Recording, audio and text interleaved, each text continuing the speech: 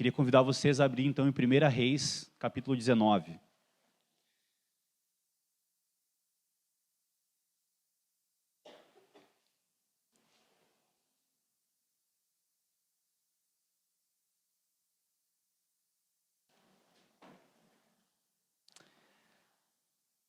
Nas minhas férias eu já estava meditando a respeito da série do sofrimento e Deus falou muito comigo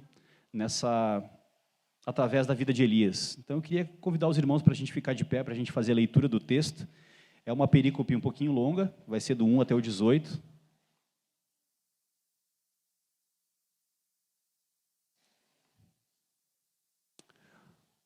Abra o seu coração e ouça com fé o que diz a palavra de Deus.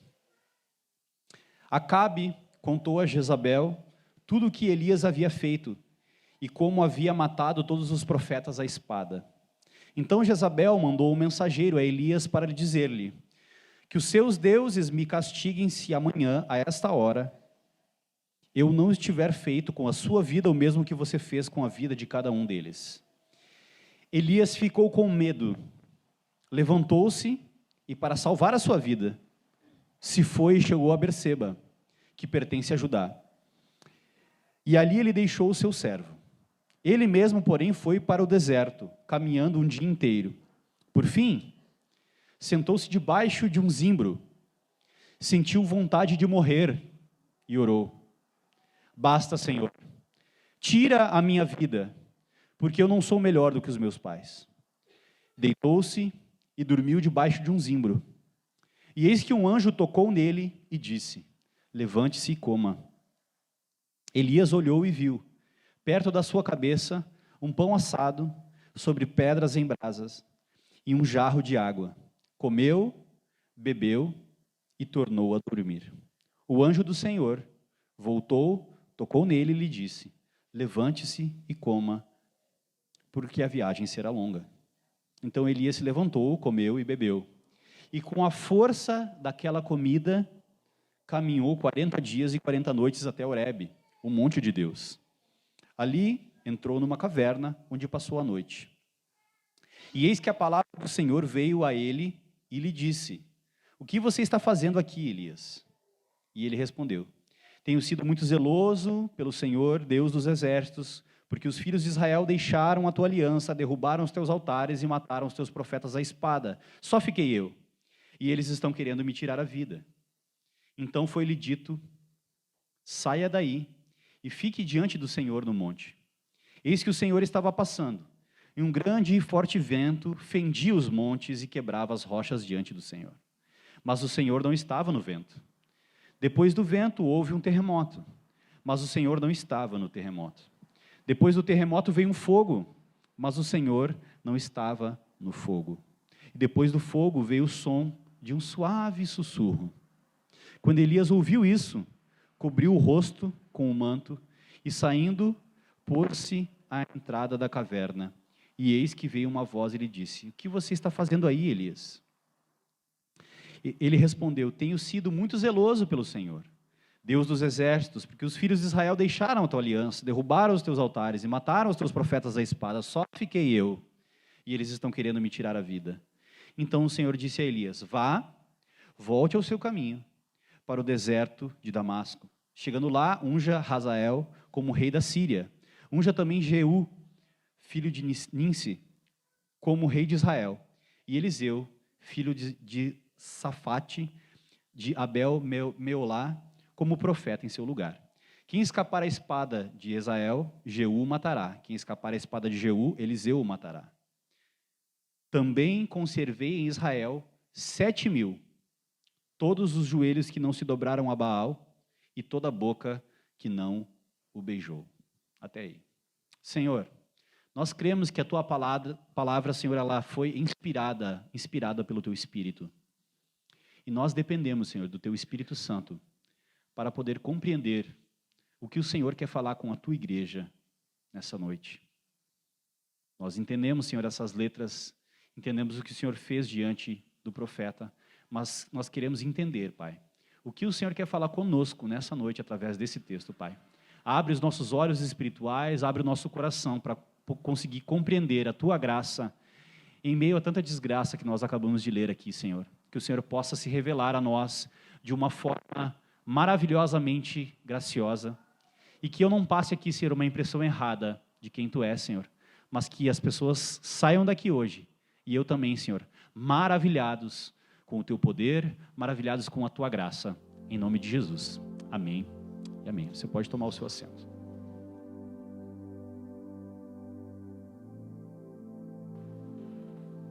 Quem aqui já conhecia esse texto? Levanta a mão aí, rapidinho.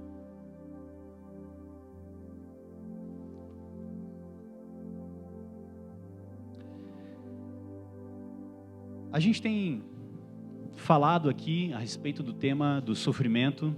Falamos também, ontem a gente teve uma palestra muito legal aqui sobre psicologia, espiritualidade, saúde mental.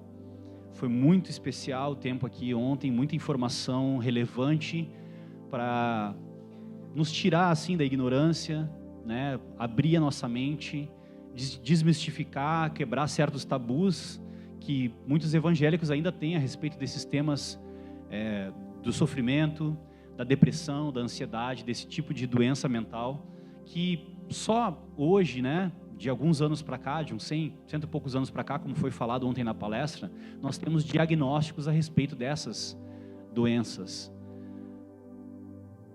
A pergunta que não quer calar é: será que a Bíblia fala a respeito dessas doenças? E a resposta é sim. Nós vemos um texto aqui claramente que o profeta Elias está passando por uma grande depressão. Vontade de morrer, sem vontade de comer, se isolando socialmente de outras pessoas. Esses são sintomas clássicos de uma pessoa que tem depressão. Antes de entrar exatamente no texto, eu queria desmistificar aqui algumas coisas e explicar o porquê que eu escolhi esse texto para falar hoje. A gente foi criado, eu digo a gente que é cristão há mais tempo, a gente ouviu a vida inteira generalizarem o problema da depressão, da melancolia e desse tipo de problemas, né, de ordem mental e psíquica, de duas maneiras apenas. Tem o grupo que acha que tudo é demônio, que tudo é o diabo que faz tudo, o diabo quer pegar aquela pessoa, o diabo está oprimindo aquela pessoa está endemoniada e ela está em depressão por causa do demônio. Tem esse grupo. Então, às vezes a pessoa estava em sofrimento, estava com problemas que não eram demônio, no caso, e foi maltratada, vamos colocar assim, pela igreja, talvez, por pessoas sem sabedoria, sem conhecimento, ignorantes, até biblicamente ignorantes, vamos colocar dessa maneira, por causa disso. Num outro lado, tem os famosos caçadores de pecados ocultos. Conhece esse? Para aqueles que tudo é pecado. Vocês lembram da história de Jó? Se vocês lerem, eu preguei no livro de Jó aqui, mas não consegui esgotar o assunto. Mas o livro de Jó, boa parte do diálogo, né, boa parte do livro de Jó, são 3 amigos que estão tentando descobrir qual foi o pecado de Jó para ele estar sofrendo tanto. São os caçadores de pecado oculto. Porque na cabeça das pessoas, das duas uma, a gente tem esses 2 grupos. Ou é pecado, ou é demônio, que pode causar depressão, ansiedade, esse tipo de males. Mas a resposta bíblica é que existem, e aqui eu não estou dizendo que não pode ser uma opressão diabólica e demoníaca, não estou dizendo isso. Tem casos que, de fato, é opressão maligna, e isso precisa ser dado a tratativa necessária para isso. O exemplo bíblico daí que as pessoas pegam um texto bíblico e elas querem encaixar todos os problemas, é uma ignorância e uma arrogância pensar que todos os casos se encaixam em um texto. Então eles veem Saul sendo perturbado por demônios, ó, tá aí, ó. Saul estava ali com pensamentos de morte, estava com pensamentos ruins, estava sendo perturbado por demônio, então a pessoa que é perturbada mentalmente é demônio. Estou generalizando, claro. Outros textos são o famoso texto do Salmo 51, que Davi fala: os meus ossos estão esmagados, porque ele tinha pecado com Betseba. Então, ou é demônio, ou é pecado.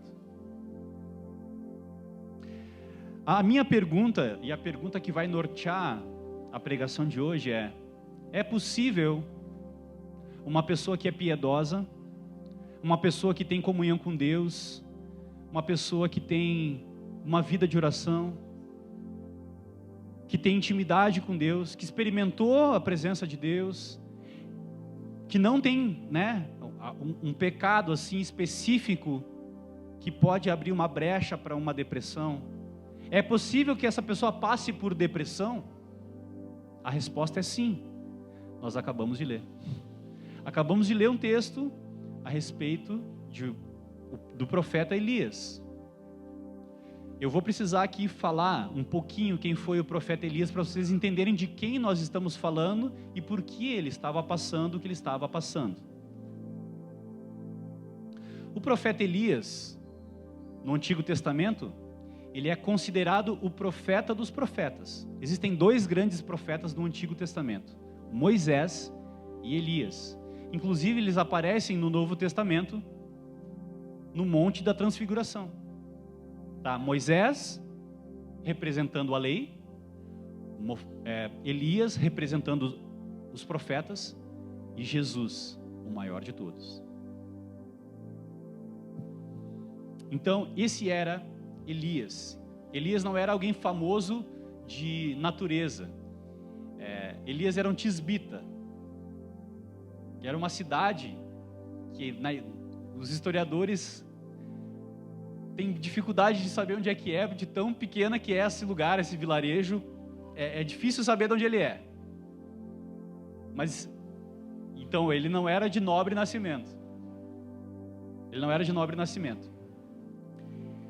Mas Deus tinha escolhido esse homem para enfrentar o rei Acabe, que era o pior rei de Israel.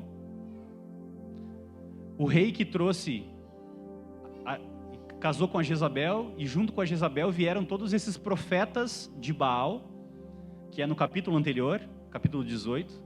O capítulo 18, então, é o enfrentamento de Elias, profeta do Deus verdadeiro, contra mais de 400 profetas de Baal que eram sustentados com o dinheiro do rei e pela Jezabel, né? Porque a Jezabel mandava no rei.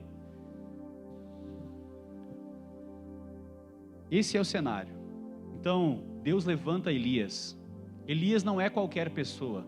Elias é alguém que experimentou profundamente milagres acontecendo o tempo todo na vida dele. Ele disse para Acabe que não ia chover durante o tempo que ele dissesse, até que chovesse, e realmente não choveu. Nesse tempo, ele foi sustentado por corvos, por Deus, né? Deus enviava corvos que levavam pão e carne para ele comer perto do ribeiro.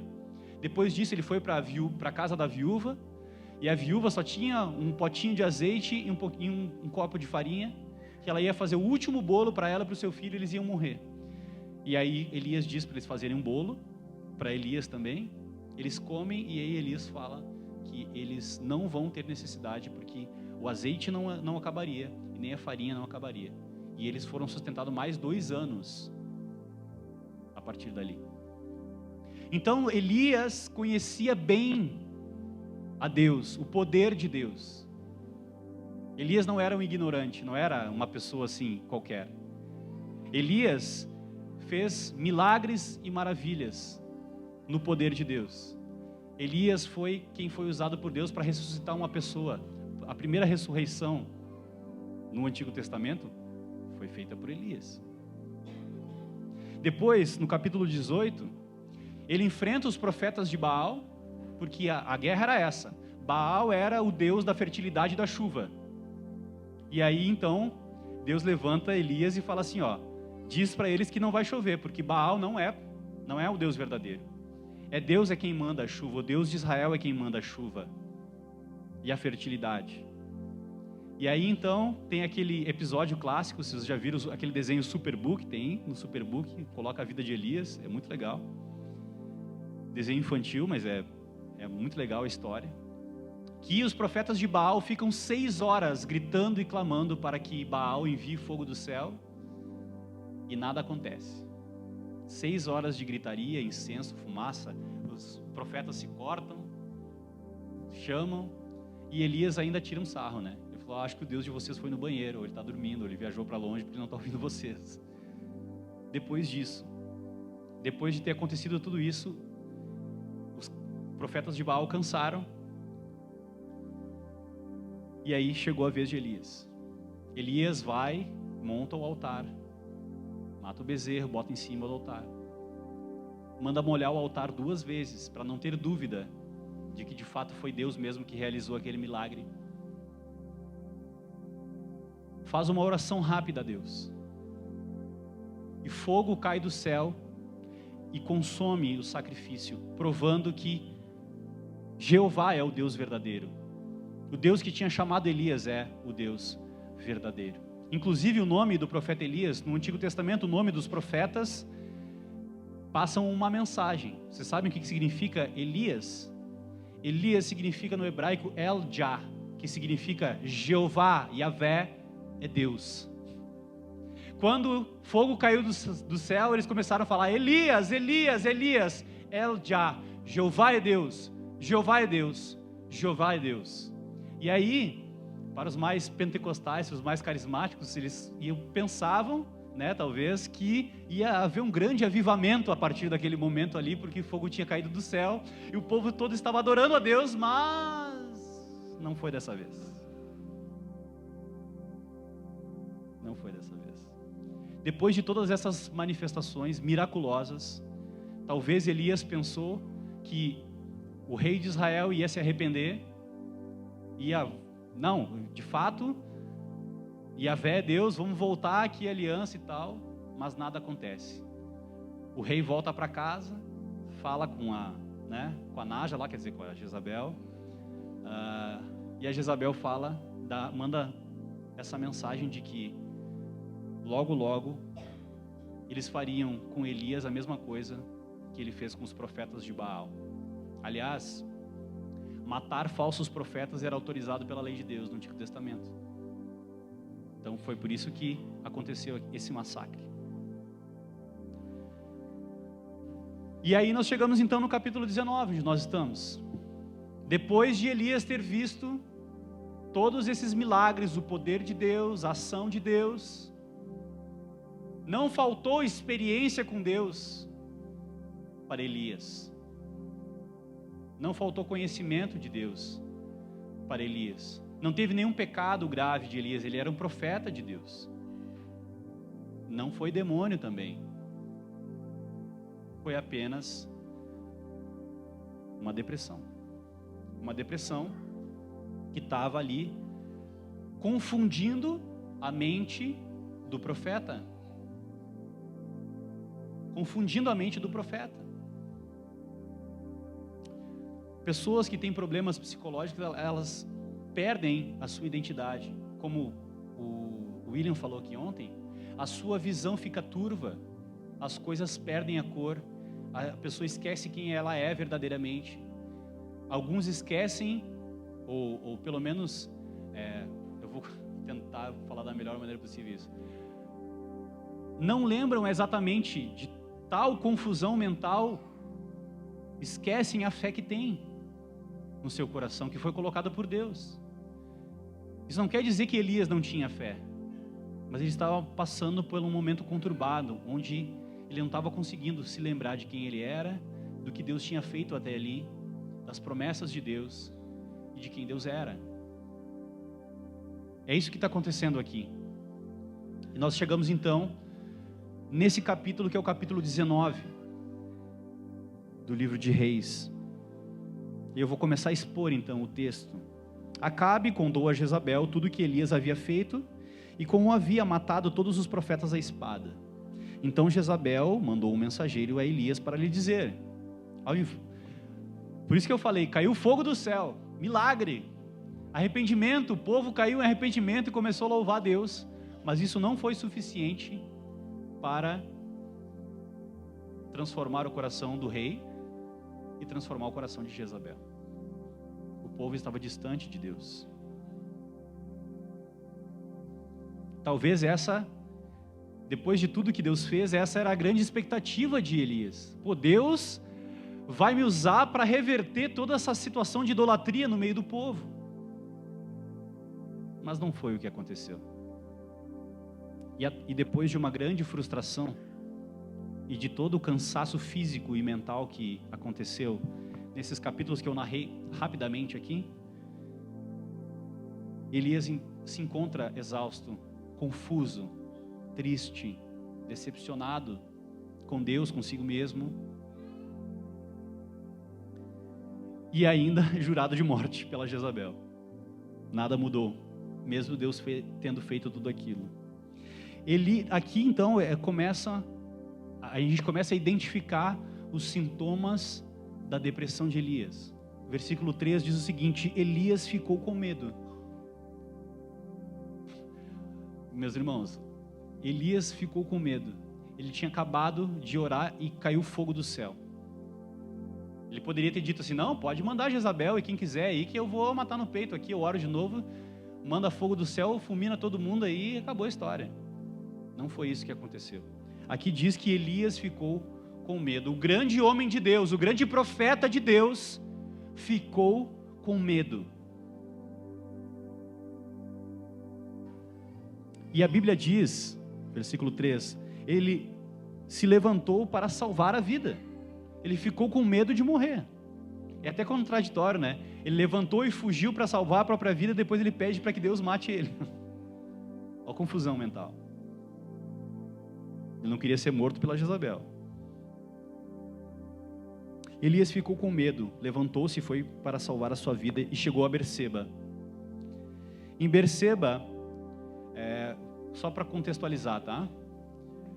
Essa batalha que estava acontecendo, o rei Acabe era o rei do norte de Israel. Havia uma divisão entre o reino do sul, que era Judá, né, que era a tribo de Judá e Benjamim, que mantinha um rei da descendência de Davi, e o reino do norte era Israel, que mantinha, daí colocaram qualquer rei lá, que eram os reis maus.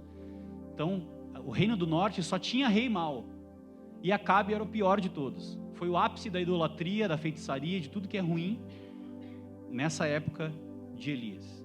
Então Elias enfrentou, né, o diabo cara a cara, literalmente, mas ele ficou com medo. E aí então o que ele faz? Ele viaja 200 quilômetros para o sul, para Berseba, e depois disso, ele se isola, porque ele tinha um servo que estava com ele, é o que a Bíblia diz. Ele deixa o servo em Berseba e vai para o deserto. Mais 40 quilômetros, um dia de caminhada é mais ou menos 40, 50 quilômetros. Vai para o deserto. Poucas pessoas sobrevivem sozinhas no deserto. Então ele está demonstrando que de fato ele quer ficar sozinho e que ele quer morrer. Ele mesmo, porém, foi para o deserto, caminhando o dia inteiro. Por fim, sentou-se debaixo de um zimbro e sentiu vontade de morrer, a Bíblia diz. E orou: basta, Senhor, tira a minha vida, porque eu não sou melhor do que os meus pais. Essa foi a oração. Às vezes fica constrangido de fazer uma oração de uma frase. Essa aqui é uma oração de uma frase. Basta, Senhor, tira a minha vida, porque eu não sou melhor do que os meus pais. Uma oração de uma frase. Então não se acanhe, primeira aplicação, não se acanhe de fazer orações curtas. Se te faltarem palavras, use as palavras que estiverem ao teu alcance para falar aquilo que você sente em relação ao que você está passando. Fale para Deus. O interessante é que Deus não responde a oração logo de cara. Essa é a parte que eu achei muito interessante. Deus conhece o ser humano. E Deus está interessado no ser humano. A Bíblia está recheada de passagens que falam a respeito disso. Que não é Deus, não é o homem que busca Deus, mas é Deus que está buscando o homem constantemente. Essa é a nossa fé, essa é a fé cristã. É o Deus que não poupou o seu próprio Filho para nos salvar. Esse é o Deus que está revelado na Escritura, inclusive no Antigo Testamento. Então Deus nem dá bola para aquilo que Elias falou. Basta, Senhor, tira a minha vida porque eu não sou melhor do que os meus pais. Olha o que acontece em seguida. Ele deitou e dormiu debaixo de um zimbro. Era a única árvore que tinha no meio do deserto. Zimbro é tipo um maricá, uma árvore seca, espinhenta, que nem faz sombra direito, mas era o único lugar onde tinha para se encostar. Deitou-se e dormiu. Também, distúrbios mentais, a pessoa que tem depressão, ou não dorme, ou dorme muito. Ali, cansaço, estafa mental, desejo de suicídio, isolamento social. Quantos sintomas aqui a gente pode identificar claramente? Só não identifica quem não quer, quem quer negar a palavra de Deus. Mas aqui nós não fazemos isso. Nós olhamos para a palavra de Deus como ela realmente é, com honestidade, com sinceridade, buscando entender o que Deus quer dizer a partir da sua palavra. Olha o que acontece em seguida. Olha a forma como Deus trata o seu filho amado. Ele não responde. Talvez os caçadores de pecado aqui iam chutar Elias e falar assim: ô cara, te liga, velho. Olha o que acabou de acontecer. Tu não está vendo que o teu Deus é poderoso? Vai lá e enfrenta essa mulher. Mas Deus não age como a gente. Deus sabe como agir com as pessoas. Deus age de modos diferentes com pessoas diferentes, com situações e circunstâncias diferentes. Deus então envia o anjo padeiro. Conhece o anjo padeiro? Deus envia o anjo que faz pão para Elias e coloca as brasas ali, pãozinho quentinho, e não é pão dormido, E não é um pãozinho da hora, quentinho, um pote de água. E Deus não fala nada, e nem o anjo fala nada. Eis que o Senhor te diz, te levanta e não... Vocês viram aqui? É importante vocês acompanharem bem esse texto, porque eu não estou inventando isso. É o que a palavra diz. Deitou-se, versículo 5. Deitou-se e dormiu debaixo de um zimbro. E eis que o anjo tocou nele e lhe disse: levante-se e coma. Elias olhou e viu perto da sua cabeça um pão assado sobre pedras em brasas e um jarro de água. Comeu, bebeu e tornou a dormir. E está tudo bem, como se diz, E está tudo bem. Deus estava ali com Elias nesse momento de sofrimento, de fragilidade, de fraqueza. Nós temos que ser realistas, meus irmãos. Quando a gente está falando aqui, eu sei que muitas pessoas vêm até a igreja, buscam igrejas, porque elas querem ouvir uma palavra motivacional, que ela vai sair daqui na segunda-feira e vai arrebentar na semana dela e tal, mas nem sempre é assim. Às vezes Deus não fala nada com a gente no culto, mas na segunda-feira o pão está na mesa. A provisão de Deus está lá na tua mesa. E você sequer agradece, ou sequer se lembra de que foi Deus que colocou o pão na sua mesa na segunda-feira. É assim que Deus age com a gente. Quando a gente está confuso, quando a gente não está com a nossa visão espiritual a respeito das coisas claras. Deus sabe como agir com graça e misericórdia até nos momentos mais difíceis das pessoas. E é isso que nós estamos vendo aqui. O anjo disse: levanta e coma. Pessoas que têm depressão, enfrentam depressão, muitas vezes elas não conseguem nem levantar da cama, não conseguem fazer coisas simples. Talvez você conhece alguém que tem depressão, ou conviveu perto de alguém que tem depressão, e antes de querer dar uma palavra de Deus, antes de querer achar o pecado que fez aquela pessoa ter depressão, ou orar para repreender o diabo, o demônio que está naquela pessoa, achando que é diabo e demônio, talvez a melhor coisa é fazer uma refeição para aquela pessoa, ou convidá-la para dar uma volta, fazer algo que vai atenuar o sofrimento dela naquele momento, mesmo que calado. Essa é uma maneira de Deus agir a sua graça, talvez através da tua vida, na vida de outras pessoas.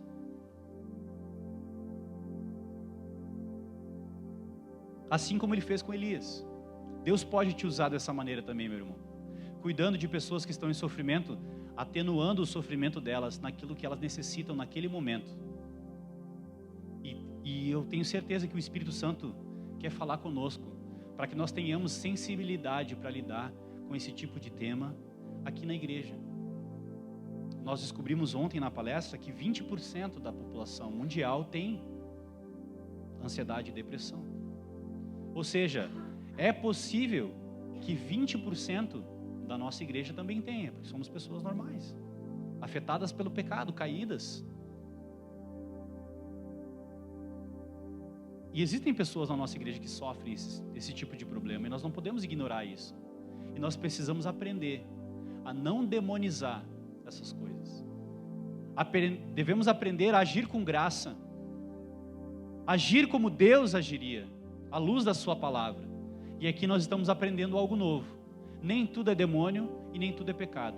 Às vezes a pessoa pode estar passando por um sofrimento, por um momento de depressão, ou pode ter um problema crônico de depressão, como nós ouvimos ontem também, e essa pessoa precisa do nosso amor e do nosso acolhimento, assim como Deus acolheu Elias no seu sofrimento. Vai haver um momento onde Deus vai tirar Elias dessa situação? Sim. Vai ter um momento onde Deus vai falar com Elias e vai lembrar Elias de quem ele é e tudo mais? Vai. Mas Deus faz isso de maneira graciosa nesse texto. E nós precisamos aprender a agir com graça, a lidar com graça com aqueles que sofrem. Levante e coma. Elias olhou e viu, comeu, bebeu e voltou a dormir. Nem sempre, também, e aí fica aquele negócio, não, eu já fui uma vez lá, eu já falei com ele uma vez, agora, larguei na mão de Deus. Não é assim que as coisas acontecem. Deus não age assim com você. Deus não age assim com ninguém. Deus é gracioso, tardio em se irar, rico em misericórdia. E a gente precisa crescer nisso. A Bíblia diz que nos últimos dias o amor se esfriaria. E uma das grandes marcas da igreja verdadeira, de uma igreja saudável, não é só a boa teologia, não é só a boa doutrina, a pregação expositiva, mas é o amor de Deus, a graça de Deus também. Boa teologia sem graça, boa teologia sem amor, é como símbolo que retine, diz Paulo em 1 Coríntios 13. De nada vale, de nada adianta. Então nós queremos ser uma igreja que tem boa teologia, pregação expositiva, uma boa pregação, mas nós também queremos, desejamos, almejamos ser uma igreja que é reconhecida pela forma graciosa que acolhe as pessoas, pela forma com que ama as pessoas, também aqueles que sofrem todo tipo de enfermidade, inclusive depressão. E queremos aprender e crescer nesse conhecimento. Amém? Comeu, bebeu e voltou a dormir. Versículo 7. O anjo do Senhor voltou, tocou nele e lhe disse: levante-se e coma, porque a viagem será longa. Então Elias se levantou, comeu e bebeu. E olha o que o texto diz, olha como a palavra de Deus é rica. E com a força daquela comida, caminhou 40 dias e 40 noites até Horebe. Deus sabia o que Elias precisava naquele momento, para que o plano de Deus se completasse na vida de Elias. Horebe é um dos montes onde é o Monte Sinai, né? O conjunto de montanhas onde é o Monte Sinai. O que aconteceu no Monte Sinai mesmo? Deus deu a lei para Moisés. Então não é por acaso que Deus mandou ele lá para Horebe. Sabe o que acontecia no Monte Horebe? Trovões em cima da montanha, fogo, um barulho ensurdecedor lá de cima da montanha. As pessoas ficavam horrorizadas com aquilo, com a manifestação de Deus em cima daquele monte. Peguem essa referência. Quando Deus se revelou e fez aliança com o povo através da lei que foi entregue para Moisés. O mesmo Deus que fez todo aquele estrondo naquele monte, onde foi entregue as tábuas da lei para Moisés e fez uma aliança nos pés daquele monte com aquele povo, é o Deus de Elias, é o nosso Deus. E o que Deus está querendo dizer aqui é: eu vou te levar para o lugar onde eu me revelei. Eu vou te levar para o lugar onde tu sabe que é o monte de Deus. Inclusive está escrito aqui, ele caminhou, e com a força daquela comida, caminhou 40 dias e 40 noites até Horebe, o monte de Deus. O lugar onde Deus se manifesta. Eu quero fazer uma aplicação rápida aqui. Irmãos, quando a gente diz para as pessoas que elas precisam congregar, as pessoas ficam, né? Hoje em dia a igreja que mais cresce é a igreja dos desigrejados. As pessoas acham que não precisam umas das outras para terem relacionamento com Deus. Mas a palavra de Deus diz que Deus se revela no meio do seu povo. Deus habita no meio dos louvores do seu povo. Povo é coletivo, é um coletivo de pessoas. Então, algo espiritual acontece quando nós nos reunimos aqui. Nós não podemos negar essa realidade. Algo especial de Deus acontece quando nós nos reunimos. Não relativize isso. Não fuja da comunhão, como fez Elias. A pessoa que foge da comunhão e que se isola é um sintoma de problema. Então por isso que os pastores chatos, quando tu não vem 2 cultos, eles te mandam uma mensagem. Porque nós nos preocupamos, porque isso é um sintoma de que uma pessoa pode não estar bem. Pode ter acontecido um imprevisto? Pode. Mas a pessoa pode não estar bem. O Monte Horebe é o monte onde Deus se revela, onde Deus entregou a lei. Deus se revela através da lei, fez uma aliança com o povo através da lei. O que Deus está querendo fazer com Elias? Deus está querendo mostrar para Elias novamente, lembrá-lo de quem ele é. Elias, eu vou te levar para o lugar que tu sabe que é o meu monte. Eu vou te levar para o lugar aonde você lembra que eu sou quem eu sou, que é o nome de Deus. Eu sou quem eu sou. Não é esse o significado de Yahvé? Eu vou te levar para o monte, para te mostrar que eu sou quem eu sou.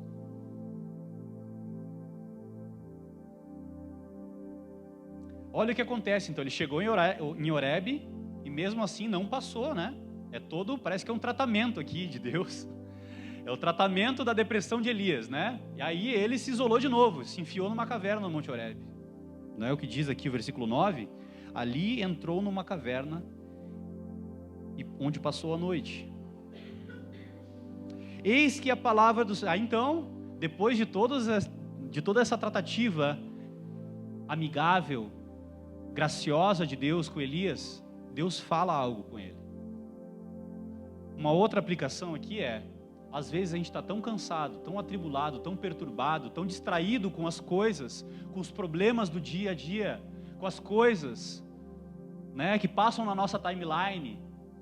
A gente está tão distraído, tão cansado do nosso trabalho, das preocupações, dos boletos e tudo mais, e a gente está tão perdido que não ouve mais a voz de Deus. E às vezes Deus quer nos tirar e nos levar para um lugar onde Ele vai se revelar. Um lugar de silêncio, um lugar onde Deus quer falar conosco de maneira graciosa e lembrar quem Ele é. Olha o que Deus fala. Parece que é uma grande revelação, né? Mas aqui tem pessoas que vão se ofender com o que eu dizer, mas Deus faz aqui exatamente o papel do psicólogo, não faz? O papel do psicólogo numa terapia não é fazer pergunta? Faz várias perguntas o psicólogo. O que Deus faz aqui? Pergunta. O que você está fazendo aqui, Elias? O que você está fazendo aqui, Elias? E aí, Deus está querendo ouvir o que Elias tem a dizer a respeito daquilo que ele está passando, né? Muitas pessoas pagam caro por um psicólogo para falar dos seus problemas e falar aquilo que está passando. Aqui o próprio Deus é o psicólogo de Elias. Não tinha psicólogo naquela época. Primeiro que não tinha psicólogo naquela época, nem existia psicologia. Mas Deus faz esse papel de um ouvido gracioso para acolher Elias. Elias respondeu: tenho sido muito zeloso pelo Senhor, Deus dos exércitos, porque os filhos de Israel deixaram a tua aliança. Aliança que foi feita naquele monte, inclusive, lembra? Derrubaram os teus altares, mataram os teus profetas à espada, só fiquei eu. E eles estão querendo tirar a minha vida. Aí então, Deus não responde novamente, sabe? Mais uma vez, nós responderíamos aqui, ó. Tá viajando, cara. Acorda para a vida. Olha o que Deus já fez. Babá. Deus não faz isso. Olha o que Deus faz. Sai daí e fique aqui diante do Senhor, no monte. Aí Deus apresenta uma peça de teatro para ele, porque Deus quer se revelar para ele. Eis que o Senhor estava passando e um grande e forte vento fendia os montes e quebrava as rochas diante do Senhor. Mas o Senhor não estava no vento. Depois do vento houve um terremoto, mas o Senhor não estava no terremoto. Depois do terremoto veio fogo, mas o Senhor não estava no fogo. Todas as manifestações do poder de Deus, quando eu leio o catecismo para o Noah, tem uma pergunta que diz assim: como Deus se revela para as pessoas? Através da natureza e através da palavra. Deus está se revelando para Elias através da natureza. Então no Antigo Testamento existia essa manifestação natural de Deus através desses fenômenos, porque Deus se manifestava dessa maneira para se revelar ao povo, e Deus está fazendo aqui um jogo com Elias. Deus está querendo se revelar, porque Elias ia entender o que ele está fazendo, ia lembrar que Deus pode se revelar através do fogo, que guiou o povo e aqueceu o povo nas noites do deserto, através do vento, através de um terremoto, de um grande tremor. Deus poderia se revelar dessa maneira. Mas olha a forma como Deus escolhe se revelar a Elias. Depois do terremoto veio um fogo, não estava no fogo. Depois do fogo veio o som de um suave sussurro. Irmãos, a palavra de Deus diz o seguinte, isso eu aprendi com meu pai, inclusive. Não consegui aplicar muito bem ainda, mas eu aprendi com ele, que a palavra branda desvia o furor. Ou seja, às vezes, vocês sabem o que é linguagem não verbal? Tudo que a gente faz, né, a forma como a gente se comunica, às vezes é mais importante do que exatamente aquilo que a gente diz. Claro que o que a gente diz é importante, mas a gente precisa dizer a coisa certa, da maneira certa. E Deus, graciosamente, sussurra,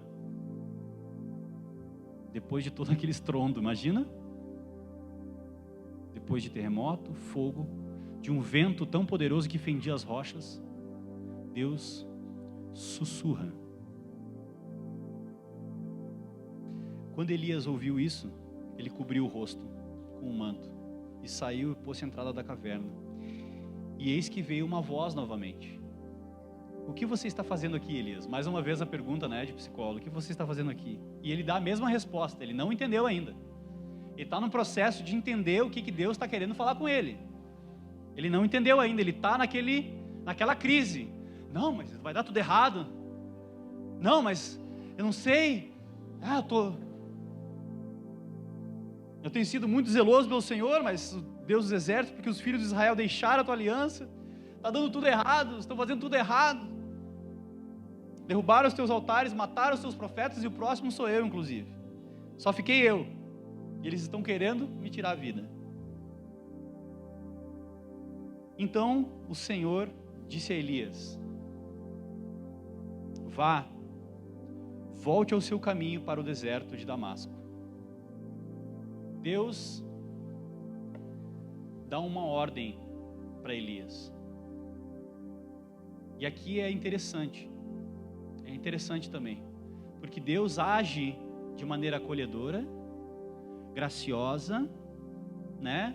Manda o anjo para fazer pãozinho de queijo ali para ele, manda o anjo para cuidar dele, depois ele manda ele para um lugar onde ele vai assistir um seriado lá do Netflix, e Deus vai se revelar através daquela graça, daquele momento. Deus usa essas coisas para falar com a gente, sabe? Quantas vezes você estava vendo um filme e tu teve um insight que Deus estava falando contigo? Deus pode fazer isso. Deus pode fazer isso. E te digo mais, é bem provável que faça, porque a pessoa que está sofrendo, está em depressão, está em crise, talvez ela não pegue a Bíblia para ler. Talvez ela não vai pegar o livro de teologia sistemática do fulano de tal lá para ler naquele momento. Ela quer só esvaziar a cabeça e quer pensar em outra coisa. Muito provavelmente ela vai ver qualquer coisa, mas Deus pode usar esse qualquer coisa para falar com ela.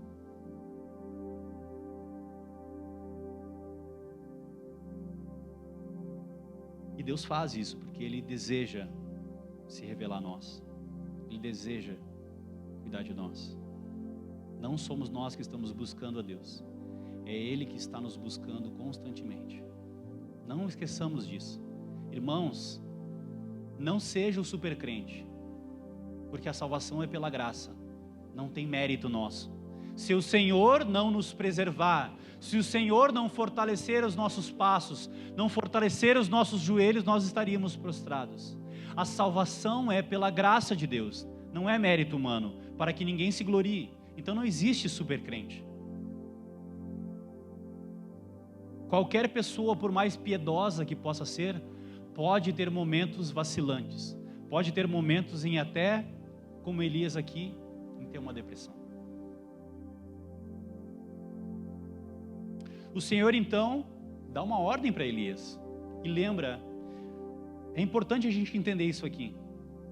Deus usa esses fenômenos naturais para leva ele para o Monte Horebe, se revela através lá do fogo, do vento e tudo mais, e depois no final através de um sussurro onde Deus está, para lembrar o profeta Elias quem ele era, quem ele é e quem Deus é.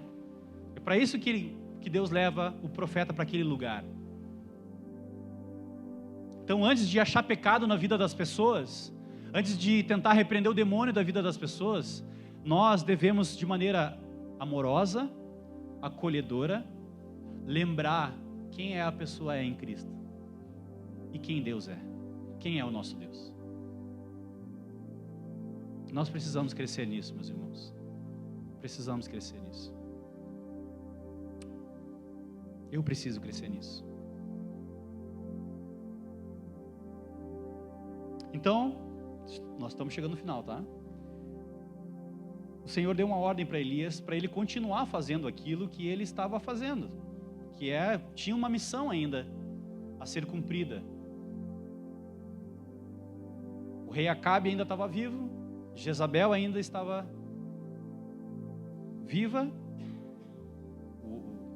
tinha gente sofrendo ainda, a missão não estava completa, tinha coisa para fazer ainda. Então Deus, de maneira graciosa, reconduz Elias, depois de ter lembrado quem ele é e quem Deus é, o reconduz ao trabalho. dá força, dá graça para ele voltar a fazer o que ele estava fazendo. E teve um momento que ele descansou, que ele comeu pão, que ele, deu uma viagem para esparecer, mas ele voltou ao trabalho. Não quero me ater nesses detalhes de quem aqui Elias, Jeú e tal, para esse tema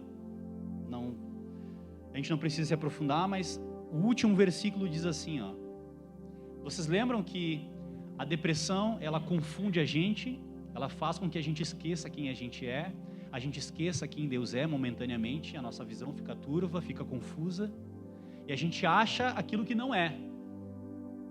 Aquilo que a gente acha não é, a gente está confuso. E olha o que Deus diz, lembra que ele falou assim, ó: mataram todos os profetas à espada e só fiquei eu. No final dessa perícope que nós lemos aqui, diz assim: também conservei em Israel 7.000 pessoas fiéis a Deus ainda. Não foi só tu. Vários profetas estavam a salvo por causa da graça de Deus que ele não sabia.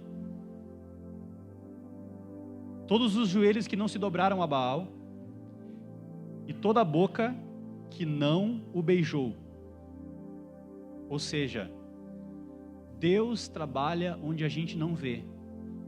Nem sempre o que a gente acha a respeito das circunstâncias e a respeito de Deus, a gente está correto. Talvez por causa dessa condição mental, ele não estava enxergando. Mas Deus continua sendo um Deus que preserva os seus eleitos, que preserva os seus escolhidos, que dá graça aos humildes, que derrama da sua graça sobre o seu povo. Esse é o nosso Deus. Esse é o Deus de Elias, esse é o Deus de Moisés e de muitos outros personagens que passaram por momentos difíceis, mas que Deus os sustentou. Só para encerrar essa história, para não ficar sem pé nem cabeça, vocês sabem como acaba a vida de Elias? A gente começou lendo aqui que Elias pediu para Deus matar ele. Ele não queria mais viver. Elias não morreu. Deus não atendeu a oração dele, nem no final da vida dele, porque Elias foi arrebatado por uma carruagem de fogo e foi levado ao céu. Porque Deus é maravilhoso e gracioso e deu o livramento na hora certa. Esse é o nosso Deus, meus irmãos. Talvez você está passando por um momento de sofrimento, de tristeza profunda, onde você está confuso, onde as tuas emoções estão à flor da pele, onde você está até questionando Deus, está confuso da sua fé, daquilo que você está passando, mas nós temos um Deus que não muda. As nossas emoções são uma montanha-russa. Para quem é bipolar, a gente descobriu, temos mais montanha-russa ainda. Mas o nosso Deus, uma das características dele é que ele é imutável. Céus e terra passarão, mas as minhas palavras jamais passarão. A palavra de Deus continua firme. A graça de Deus continua constantemente sendo derramada sobre a nossa vida. Mesmo quando a gente não sente, mesmo quando a gente não entende, mesmo quando a gente não enxerga direito por causa da nossa condição psicológica, a graça de Deus continua sendo derramada e continua nos sustentando e continua cuidando de nós em todos os momentos da nossa vida até o fim. Assim como foi com Elias, o mesmo Deus de Elias é o Deus que nós anunciamos domingo após domingo do púlpito dessa igreja. O mesmo Deus de Elias é o Deus que nós adoramos hoje aqui.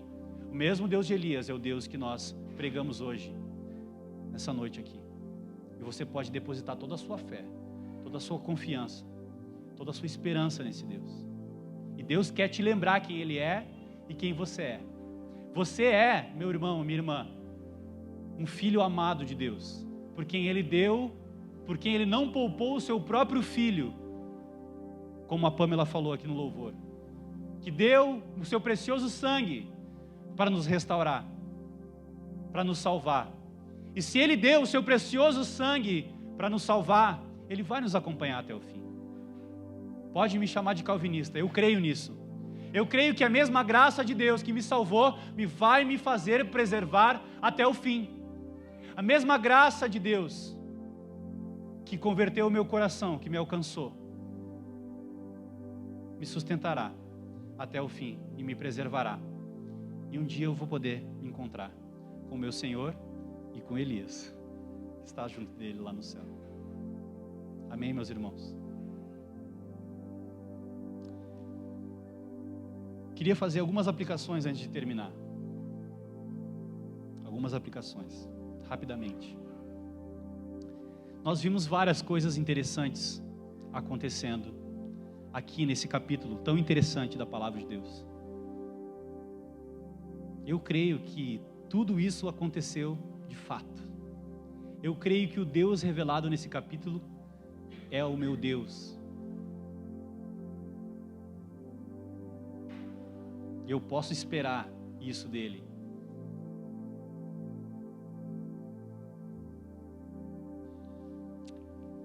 A primeira aplicação, meus irmãos, é: Deus sempre está conosco, mesmo quando nós estamos sofrendo, mesmo quando a gente não enxerga, mesmo quando a gente não sente. Deus está conosco e Ele não muda. Nós mudamos, ficamos confusos, ficamos chateados, ficamos magoados, ficamos tristes, ficamos revoltados, mas Deus não muda. O seu amor e a sua misericórdia duram para sempre. O Salmo 23 diz, o Senhor é meu pastor e nada me faltará, e o último versículo diz que a sua bondade me seguirá para sempre. Bondade e misericórdia me seguirão para sempre. Esse é o nosso Deus. E Deus quer te lembrar quem Ele é. Deus te trouxe até o Horebe hoje, aqui é o Horebe, tá? Deus te trouxe até o Horebe para te lembrar quem você é e para te lembrar quem Ele é. Eu tenho certeza que o Espírito Santo, o Consolador, está agindo na sua e na minha vida, trazendo graça e misericórdia para nós. Amém? E a Jezabel, isso aí. Se levantando.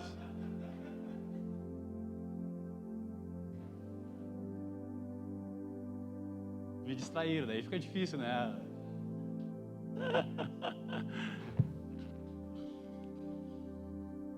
Deus estará conosco.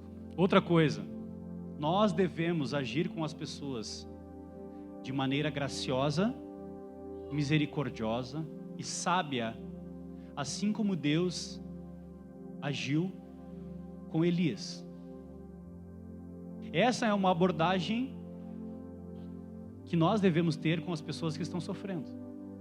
Ao invés de querer caçar demônio e caçar pecado, que nós possamos nos compadecer, refletindo a glória de um Deus compassivo e misericordioso. Nós devemos aprender com essa passagem como lidar com as pessoas que estão em sofrimento. Amém? A última aplicação é que o Deus de Elias é o mesmo Deus, o mesmo nosso Deus. E nós podemos sim colocar toda a nossa fé e a nossa esperança nele, de olhos fechados. Amém?